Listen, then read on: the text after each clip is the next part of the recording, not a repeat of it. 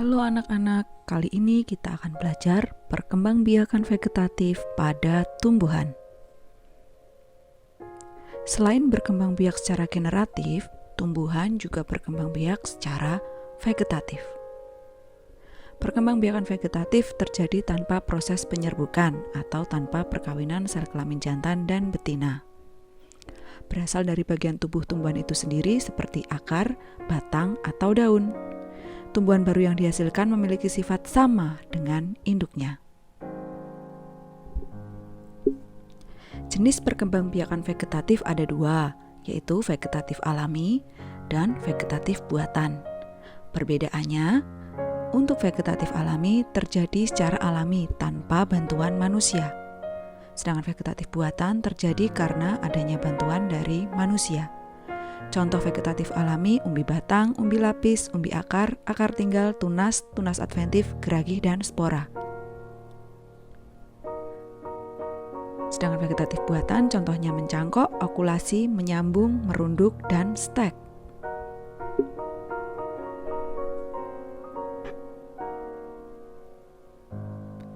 Vegetatif alami dimulai dari umbi batang,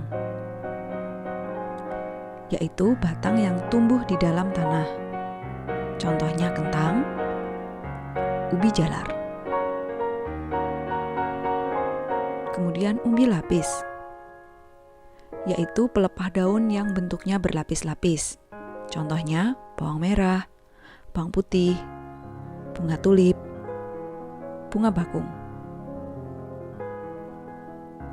Kemudian umbi akar, yaitu akar yang berfungsi menyimpan cadangan makanan.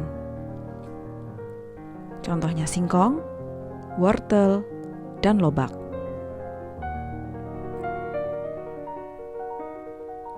Akar tinggal, yaitu batang yang tumbuh di dalam tanah, tumbuh secara mendatar dan tampak seperti akar, berfungsi sebagai tempat cadangan makanan. Contohnya kunyit, jahe, lengkuas, kencur, dan temulawak.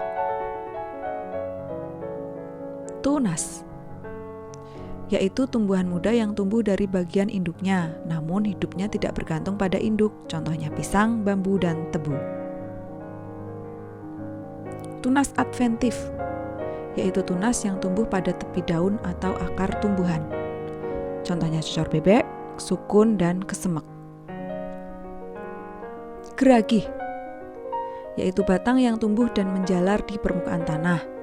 Bagian batang yang menyentuh tanah akan membentuk akar dan tumbuh tunas baru yang menjalar dan tidak bergantung pada induk. Contohnya stroberi, pegagan, dan rumput teki.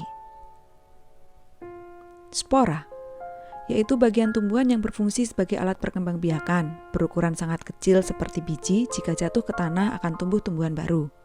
Contohnya paku, lumut, dan jamur. Mencangkok, yaitu memperbanyak tumbuhan dengan mengupas kulit batang induk.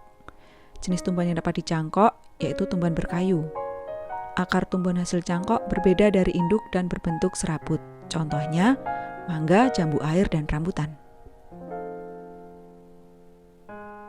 Keuntungan dan kerugian mencangkok. Keuntungan, cepat berbuah, sifat sama dengan induk, pohon tidak terlalu tinggi. Kerugiannya, akar tanaman kurang kuat dan berumur pendek. Tahapan mencangkok, pertama memilih cabang lurus untuk dicangkok. Kedua, mengerat kulit cabang yang akan dicangkok. Ketiga, menutup hasil keratan dengan tanah subur. Keempat, membungkus dengan plastik atau sabut kelapa. Kelima, menanam cabang yang sudah tumbuh akar. Okulasi, yaitu menempelkan mata tunas ke batang tumbuhan lain. Tujuannya menggabungkan sifat unggul dari dua jenis tumbuhan menjadi tumbuhan baru. Tahapannya, membuat keratan pada batang bawah, menempelkan mata tunas, mengikat mata tunas dengan tali. Menyambung, yaitu menggabungkan batang bawah dengan batang atas dua tanaman sejenis, bertujuan menggabungkan sifat tanaman sesuai dengan keinginan.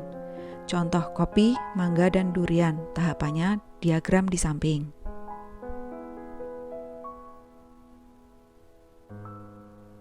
Merunduk, yaitu memperbanyak tumbuhan dengan cara merundukkan batang ke dalam tanah. Syaratnya, batangnya mudah dibengkokkan.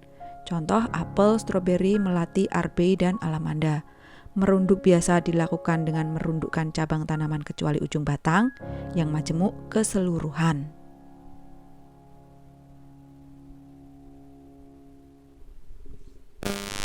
Tahapan merunduk. Pertama, rundukkan cabang tanaman. Kedua, timbun dengan tanah. Terakhir, potong dan tanam hasil rundukan. Yang terakhir, stek, yaitu menanam bagian tertentu dari tumbuhan. Syaratnya memiliki mata tunas. Stek dibagi menjadi 3, stek batang pada ketela pohon dan tebu, stek tangkai pada bunga sepatu dan mawar, stek daun pada lidah mertua dan begonia. Demikian pembelajaran kita hari ini. Terima kasih dan sampai jumpa.